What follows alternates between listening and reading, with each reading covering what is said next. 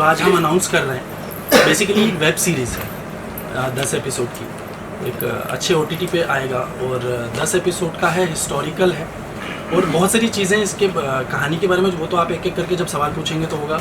और इसमें ये सब हमारी मेन कास्ट है लाहौरा की और शो क्रिएटेड बाय राहत काज़मी जो मेरे बड़े भाई हैं एंड को राइटर भी हैं इस शो के, वहाँ बैठे हैं। और ये बाकी सब कास्ट यहाँ सामने है, तो आप सवाल कर सकते हैं एक एक करके।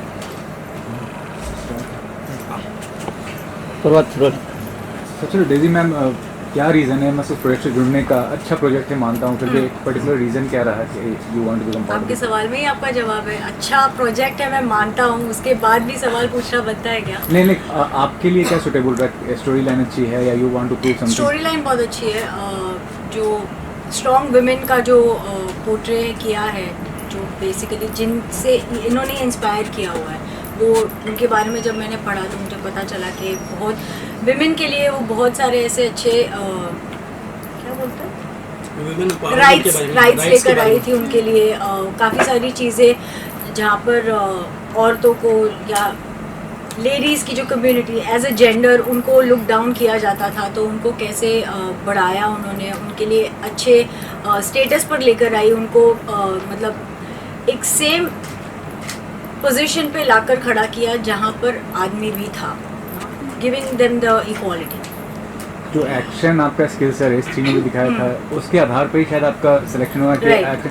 तो ये जो कैरेक्टर प्ले करें दीदा का, तो ये जो कैरेक्टर है मणिकर्णिका 2 में भी ये पर्टिकुलर कैरेक्टर है, तो कितना डिफरेंस होगा उनका और आपका ये जो किरदार है? सर इसका तो जवाब आपको डायरेक्टर ही दे सकते हैं क्योंकि मेकर वो है, मैं नहीं। दूसरी बात फिल्म के अंदर और सीरीज़ के अंदर बहुत डिफरेंस इसलिए होता है क्योंकि आप सीरीज़ में डिटेल्स में बता सकते हैं, 10 एपिसोड मतलब आप गेज कर सकते हैं कि कितने घंटे का अगर आप एक साथ करें तो बहुत सारा टाइम मिलता है, तो आप डिटेल्स में काफ़ी चीज़ें दिखा सकते हैं। फिल्म के अंदर आपको एक कैरेक्टर के ऊपर फोकस करना पड़ता है और उनके इर्द गिर्द क्या चल रहा है वो सब दिखाना है, राइट। तो सीरीज़ के अंदर एक कैरेक्टर इंपॉर्टेंट नहीं होता, 10 कैरेक्टर्स होते हैं जो इम्पोर्टेंट है और उनके इर्द गिर्द क्या चल रहा है वो दिखाना है। दीदा की किरदार की बात करूँ, मैंने 40 साल रूल किया है and she is been physically disable, तो कितना आपके लिए चैलेंजिंग था उनका किरदार प्ले करना? आपने इस किरदार को प्ले करने से No, you are getting it wrong. This is just the announcement. We are gonna get into the filming from next month. Yes. तो अभी तक मैं फिल्मिंग का एक्सपीरियंस नहीं बता सकती क्योंकि वो अगले महीने से स्टार्ट होने वाला है। Yes, but आपने तो कुछ रिसर्च की रहेगी उस किरदार के बारे में, तो क्या लगता है कितना डिफिकल्ट या फिर कितना चैलेंजिंग आपके लिए? डेफिनेटली चैलेंजिंग होगा, स्पेशली जो वॉरियर पार्ट था उनका, वो जो तो जो हिसाब से उनको वॉर्स में जाती थी, फाइट करती थी, तलवारबाजी है, घुड़सवारी है, बहुत सारी चीज़ें हैं क्योंकि वो टाइम पे ऑब्वियसली हमारे पास टेक्नोलॉजी नहीं थी। So there lot of things which take you back to the ancient roots which you have to learn, और हम सब मिलेनियम बेबीज़ हैं, हमको टेक्नोलॉजी के बिना चलता नहीं है। सो हाँ, प्रैक्टिस बहुत लगने वाली है। मेकर्स से सवाल मेरा रहेगा, there are other cast also, can you just tell us something about the cast in introduction? हाँ, तो हमारा पहले तो मैं ये क्लियर करना चाहूँगा कि क्वीन दीदा ही एग्जैक्ट कैरेक्टर नहीं है, हम इंस्पायर्ड बाय क्वीन दीदा है। तो बेसिकली ये पूरा फिक्शनल कहानी है और इस सिल्क रूट के बारे में आप लोगों ने पढ़ा, हम सब ने पढ़ा होगा, बचपन से देखा होगा।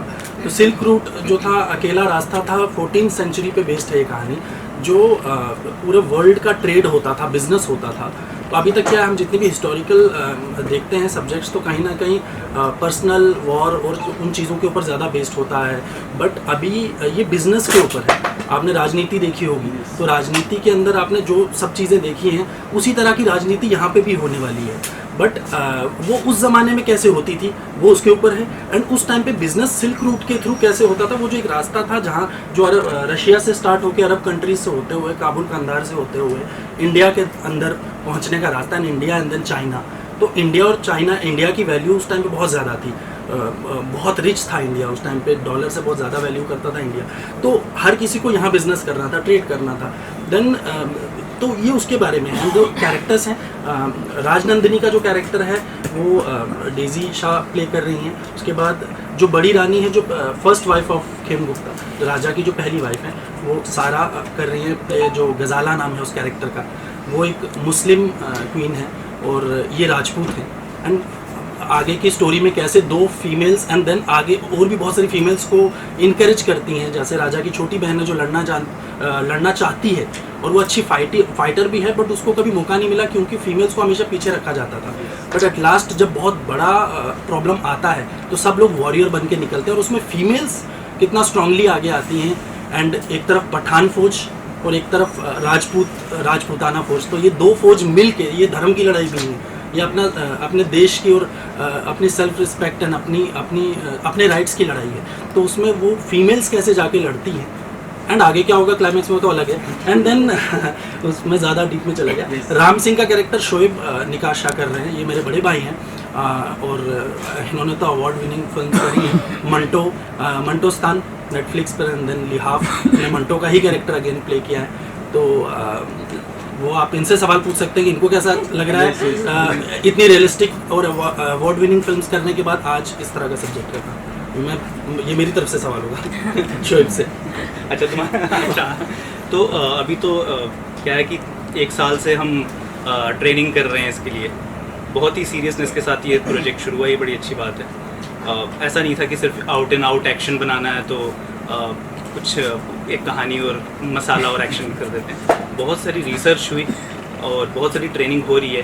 हम सबको सुबह 4-5 बजे उठा के ये लोग 3-4 घंटे जो है वो स्पॉट फाइटिंग और तलवारबाजी सब सिखाते हैं। और मुझे बहुत अच्छा लग रहा है क्योंकि डेफिनेटली एक वॉरियर का कैरेक्टर पहली बार मैं कर रहा हूँ। मैंने पहले हिस्टोरिकल फिल्म्स की हैं, मैंने मंटोस्तान की है, मैंने लिहाफ की है, एक और फिल्म मेरी आने वाली है कंट्री ऑफ ब्लाइंड, वो भी काइंड ऑफ हिस्टोरिकल।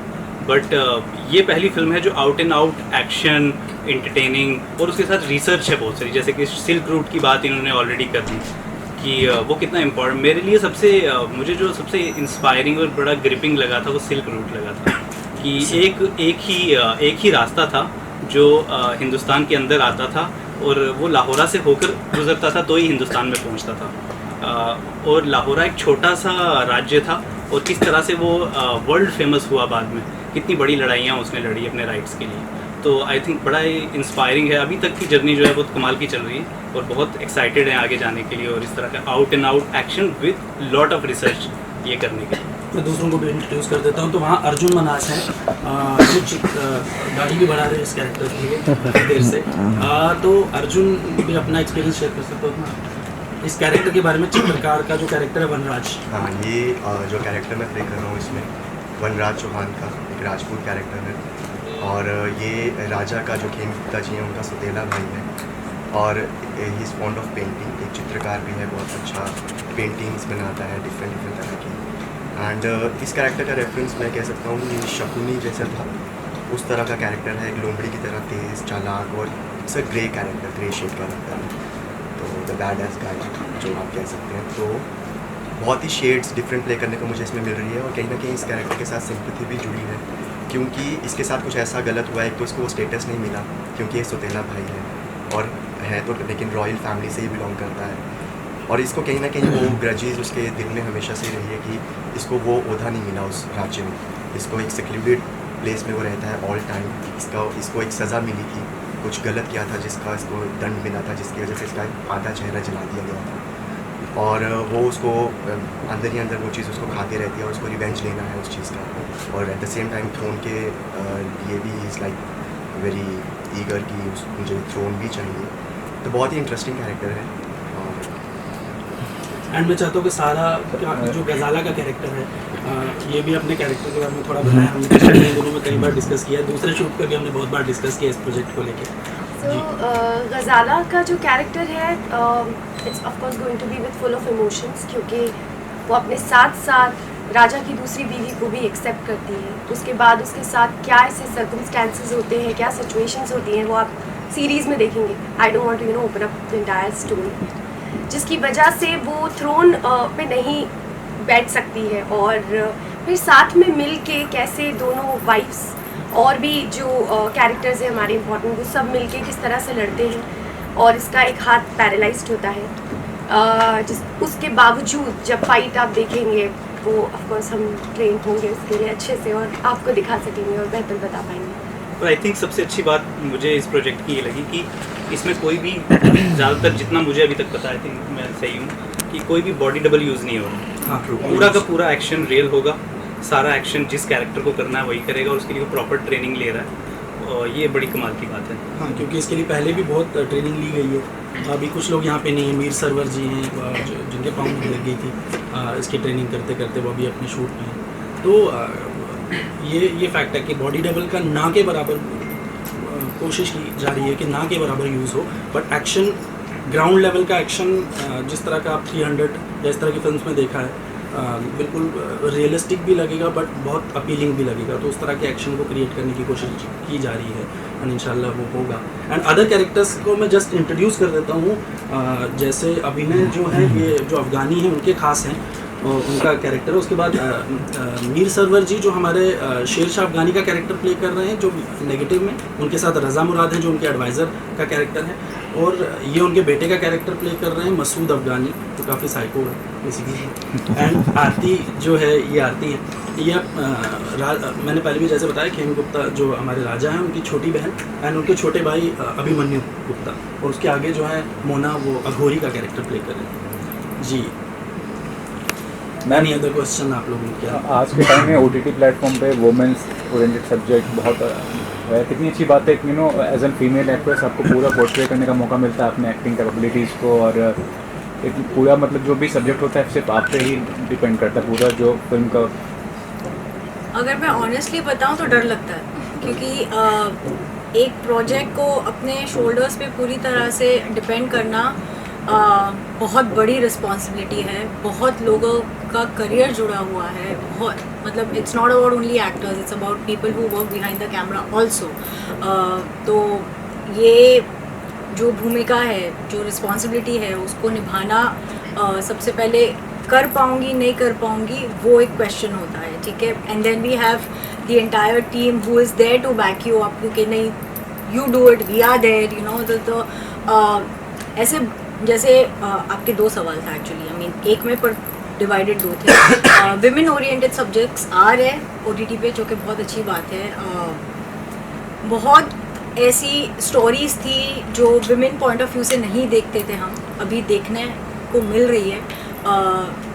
जो पर्सपेक्टिव है वो थोड़ा वाइडन अप हो जाता है, लोग जो है वो और ज़्यादा एक्सेप्टिंग हो जाते हैं हर चीज़ को लेकर, और सिंपैथी भी कहीं ना कहीं बिल्डअप होती है इसके अंदर, क्योंकि coming from wherever we have come from, like हमारी हिस्ट्री भी देख ले तो वहाँ देखा जाता है कि नहीं, लड़कियाँ जो है वो घर में काम करने के लिए, शादी करने के लिए, बस इसी के लिए। But because women have started stepping out, और ये जो विमेन ओरिएंटेड फिल्म्स है वो उसी को ही बैक कर रही है, that no whatever man do women can do exactly the same और इवन बेटर।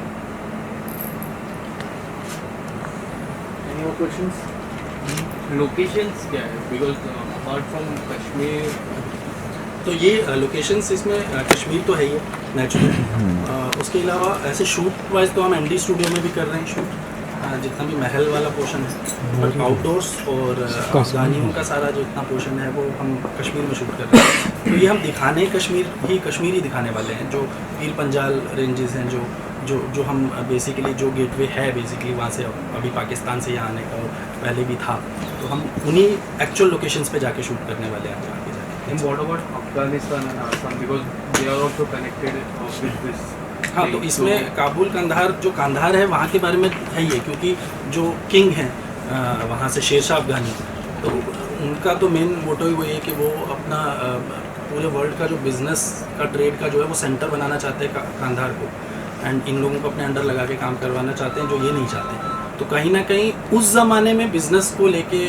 बात करना बड़ा अलग लगेगा सबको, बट ये होता तो था ही, बट क्योंकि हमने सिर्फ अलग तरह के वॉर्स सुने हैं, ये थोड़ा अलग तरह का होगा। पॉलिटिकल भी है, पॉलिटिकल तो खैर रहे हैं बहुत सारे, बट बिज़नेस, ट्रेड, वर्ल्ड के बारे में बात करना, एंड कैसे एक छोटा सा राज्य पूरे वर्ल्ड में बहुत इम्पॉर्टेंट हो जाता है, क्योंकि पूरे वर्ल्ड को ट्रेड करना था इंडिया के साथ, एंड देन उसके बाद चाइना के साथ, और यहीं से होके जाना था।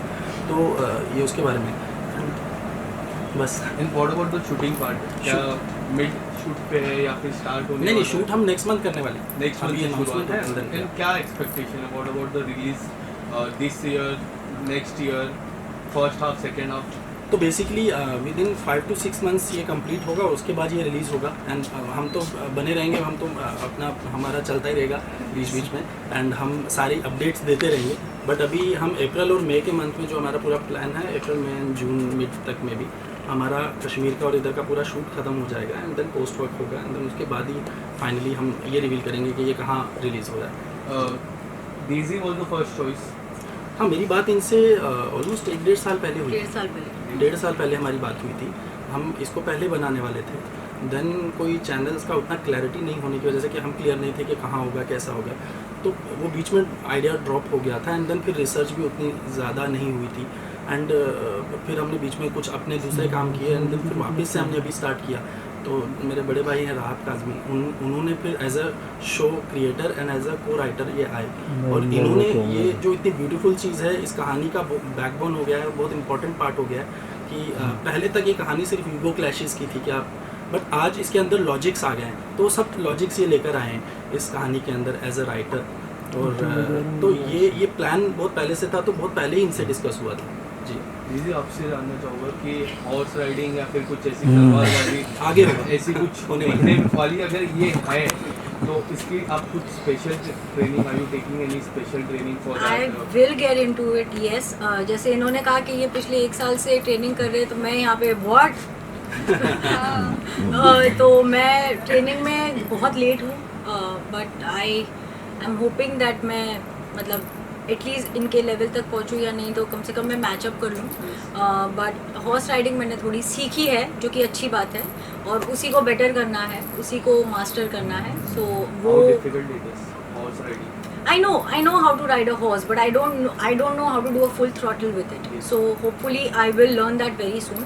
But देखो, घोड़े पे बैठना ज़्यादा इम्पोर्टेंट है, ठीक है, चलाना वो आगे का प्रोसेस है। और बड़े पर्दे पे या फिर स्क्रीन पे आपका और सारा आपसे जानना चाहो किस तरह का रिलेशन रहने वाला है बड़े पर्दे पे? So initially obviously क्योंकि फर्स्ट वाइफ होती है, तो इसको emotionally she will not be accepting that easily, but later on जो सिचुएशंस होती हैं और क्या स्टोरी होगी वो सब नहीं बताना चाहते, फिर आप देखेंगे क्या। आप भी horse riding, you are taking anything? Yes, I will be taking now. You are taking any special? I will be taking. Okay, you will be taking. जाना चाहूँगा जो कैरेक्टर पर्टिकुलरली मणिकर्णिका कंगना जी प्ले करेंगी, तो कोई कंपटीशन होगा या क्या कहना चाहेंगे? अच्छी बात होगी, एक ही आप बताइए। हाँ, उन लोगों ने अनाउंस किया उन्होंने। बेसिकली जब हमने 1.5 साल पहले प्लान किया था, तो ट्रेलर हमने इसका एक ट्रेलर भी बनाया था जस्ट चैनल पे चीन के लिए, कि हम अचीव कर सकते हैं एक्टर्स को दिखाने के लिए। तो उस टाइम पे कुछ हमारे प्लान के कुछ 10-15 दिन बाद एक अनाउंसमेंट आया था, Manikarnika 2 the story of queen नीदा। तो ऑब्वियसली अच्छा ही बनाएंगे वो लोग, बहुत अच्छा बनाएंगे। हम भी अपनी तरफ से पूरी कोशिश कर रहे हैं, बहुत बड़े लेवल पे इसको शूट किया जाए और बहुत अच्छा बना जाए। मुझे लगता है कंपैरिजन वाली तो बात ही नहीं होगी, क्योंकि ये वेब सीरीज़ है, वो फिल्म है, वो 2 घंटे में कहानी कहेंगे, हमें 4 से 5 घंटे लगेंगे, हमें पूरी डिटेलिंग में जाना पड़ेगा। नहीं, but again I am sorry to cut you there, but जैसे उन्होंने अनाउंसमेंट की है about queen Didda, right? So it is about showing the entire character कि वो थी कैसी, करती क्या थी, और कैसे वो बनी, और वो ये जो है वो ये स्टोरी लाहौरा की है, ये क्वीन दीदा की नहीं है। ये इंस्पायर्ड बाय क्वीन दीदा है, तो जस्ट इंस्पिरेशन वहाँ से मिली है, बट हमारा 14th सेंचुरी पे सेट है, जो उससे करीब 400 साल बाद की कहानी। काफ़ी सारे ट्रैक्स हैं इसके अंदर जो शायद क्वीन दीदा से ना मिलते हो या उनसे रिलेट ना करते हो, because it is a story of a place, what happened there, क्या हुआ, कैसे हुआ, क्यों हुआ। तो उनका जैसे इवन वही चीज़ जैसे उन्होंने बोली थी कि हैंडीकैप या कुछ उनसे जो रिलेटेड जो भी चीज़ें थी, तो वो इसमें नहीं है इनके कैरेक्टर के साथ। हालांकि गजाला के कैरेक्टर के साथ है कि उनका एक हाथ काम नहीं करता, बट वो एक हाथ से फिर भी लड़ने वाली है। जगजीत, आप अपने किरदार के बारे में आप प्रोड्यूसर हो, ये प्रोड्यूसर जगी द प्रोड्यूसर। ये ऐसा गुप्तचर है जो बता ही नहीं सकता कि ये मैं अपना कैरेक्टर को अभी रिवील नहीं करूँगा, तो आपको जब आप देखोगे तो आपको पता चलेगा कैसा मेरा कैरेक्टर है।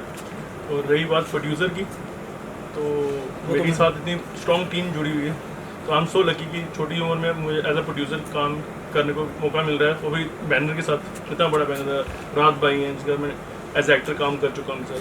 तो शाहिद भाई हैं, शोएब भाई हैं, मैं एक्चुअली इनका स्टूडेंट रह चुका हूँ। तो आज मुझे वो मौका मिला कि मैं इनके साथ काम कर रहा हूँ और मेरा खुद का बैनर है और इतनी बड़ी स्ट्रॉन्ग टीम है, मुझे तो बोलने की ज़रूरत नहीं पड़ती कि हाँ भाई कि मैं इन्वेस्ट क्यों कर रहा हूँ।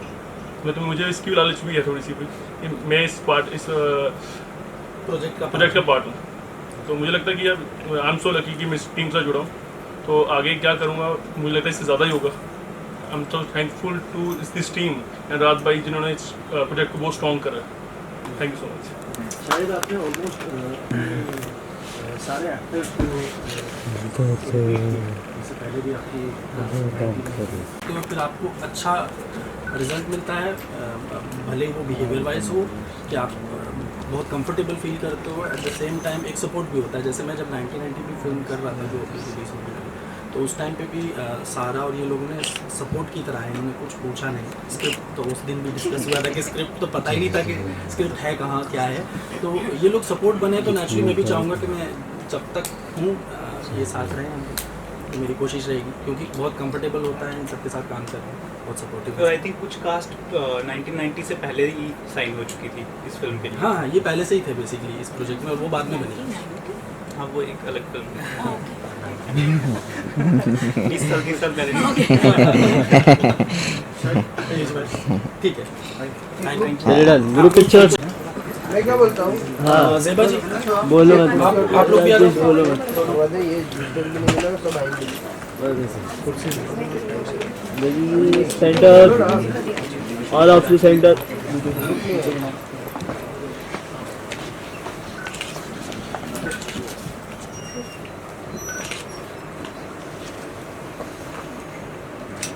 ज़ेबा जी है, भैया आप आ जाओ। कहाँ से आ रहे? ये मैं इधर ही हूँ, आप आ गए। तो आप इधर हो ना, इधर हो ना। ज़ेबा जी आप लोग कहाँ पे हैं? हमारा पूरा कॉस्ट्यूम। हाँ हाँ, तुम आओ, इसमें डायरेक्टर आ जाओ, आप भी आओ।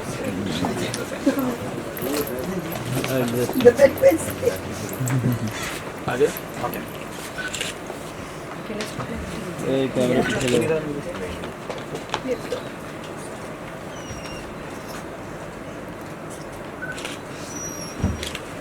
इधर देखो सामने।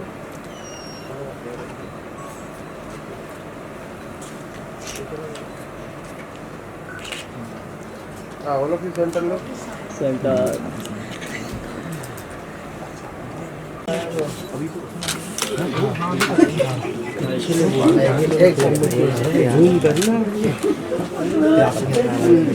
सामने रहेगी, सामने।